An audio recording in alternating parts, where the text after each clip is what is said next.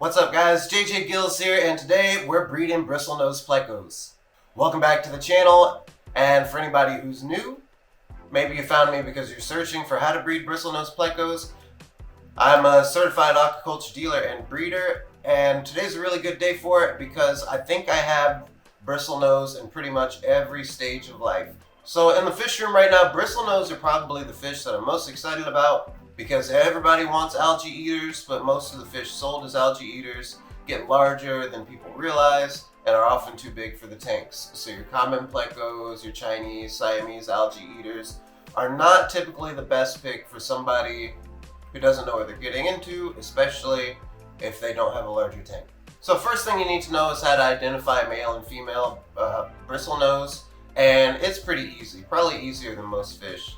Basically, the only fish that's going to have those bristles on the nose are going to be the males, and the females are going to have a flat nose, but they will be a little wider.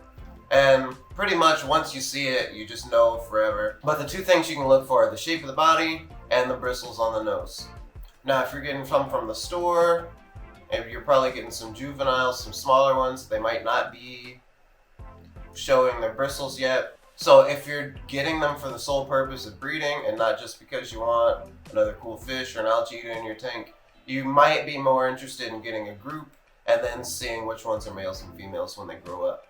For my pair, I ended up with an albino female and a common brown male that paired off, and they've been making babies for a while. We've got a couple batches going right now in different stages that I'll show you guys in just a second. And basically what they'll do, and I'll roll some footage of this one because they're not doing it right now, is the male will kind of lure the female into a cave. So as far as tank setup goes, you can pretty much do anything. It can be bare, but you are going to want some caves and some dark areas for those fish to spawn in, because it almost certainly will not happen out in the open. They will want to be in some type of cave. Now some people buy like little tubes or PVC. What I use is coconuts because I think it gives them a little bit more room. And the thing that I really like is that I kind of stick it in the substrate so the coconuts are facing the front of the tank. That way I always know what's going on.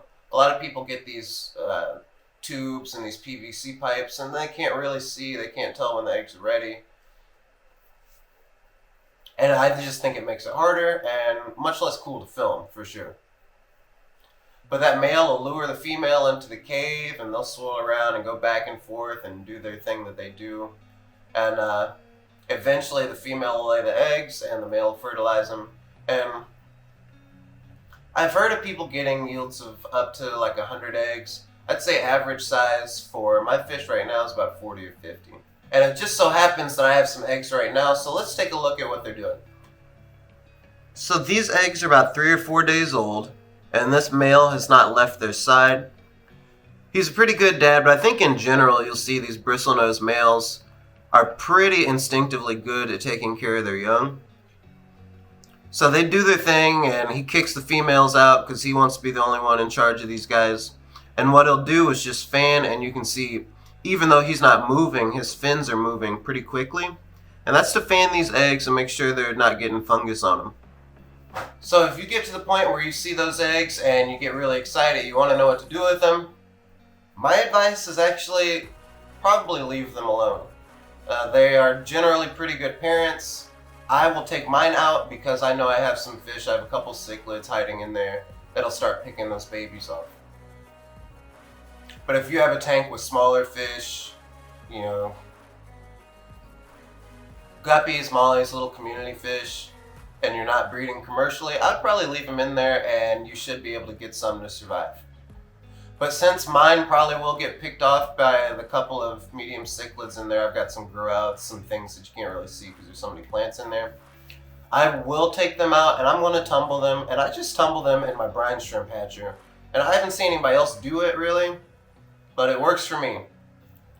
So that's my brine shrimp hatcher there, pretty simple, 2 liter and an air stone basically. I do have a video on how I set this up if you want to check that out. And all I'm going to do is add a little methylene blue and just a couple drops. And that'll keep those eggs from fungusing without the male fanning them. So if you do decide to go that route and tumble eggs on your own instead of letting the male do his job, you might add some methylene blue. It should help. You can probably get away without it though. It's just one of those things that breeders always have around, so it doesn't hurt. So I'm going to go ahead and pull these eggs, and I'm just going to pull them with my hand. It's been about 3 or 4 days, so it'll only be another day or two before their little tails pop out and we've got some wigglers. I'd say the longest I've seen is about a week. Sometimes I've seen them pop out about 3 days, which is why I wanted to make sure this video happened today, because I don't want them to swim off out of that coconut and then get predated on by some of the cichlids in this tank. So the only thing I'm worried about here is scaring this male and have him flip his tail all around, and then he's going to knock the eggs all over. What I'd like is just one clump like that.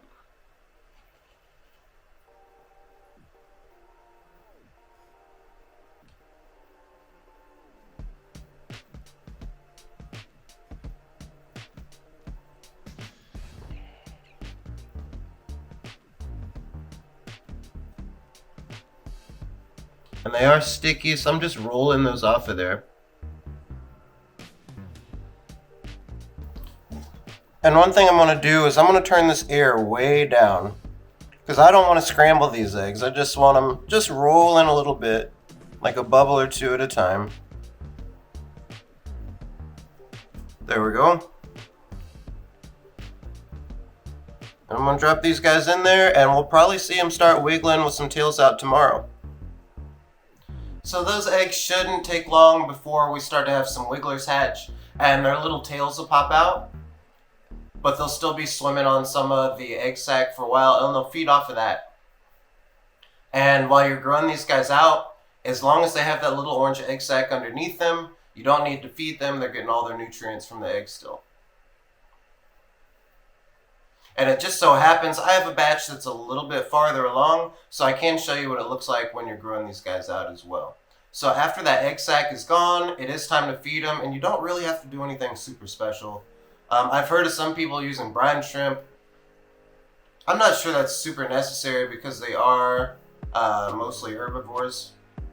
There's like a fuzz floating in there. Because they are mostly herbivores, so all I do, and they can eat it from a very small size, is I just feed regular algae wafers. And I just fed some, so let's see if I can check in on that next group that's like a month old here. So there they go. These guys are just a few weeks. And they're just all on that one algae wafer. And tank setup's pretty simple. I don't do anything special with my grow out tanks. I just make sure the water's good quality, and I'll give them a piece of driftwood or like a coconut or something. But that's about as complicated as it needs to be. When you start growing them out, just feed them some algae wafers, maybe mix it up with whatever else you're feeding your plecos. And they'll work on it and they'll grow out. They're pretty hardy fish. I don't lose a lot of young in the grow out process. As a matter of fact, let's check, because I have another tank where they've grown out a little more. Let's say these guys are at like that 2 to 3 month stage. And there they go. I just fed them as well. And I didn't feed these electric blue Acara grow outs yet, so they're looking for some food. But you can see the plecos down there. They're like an inch. Some of them, the bigger ones, maybe an inch and a half, which is right about the size I'd like to sell them. So time to start moving some plecos. And that's every step of breeding bristlenose plecos, from selection all the way to grow out. If you guys have any questions, let me know in the comments. Alright, that's it for me. If you guys thought this video was helpful, make sure you hit that like button and subscribe for more content, and I'll see you in the next one.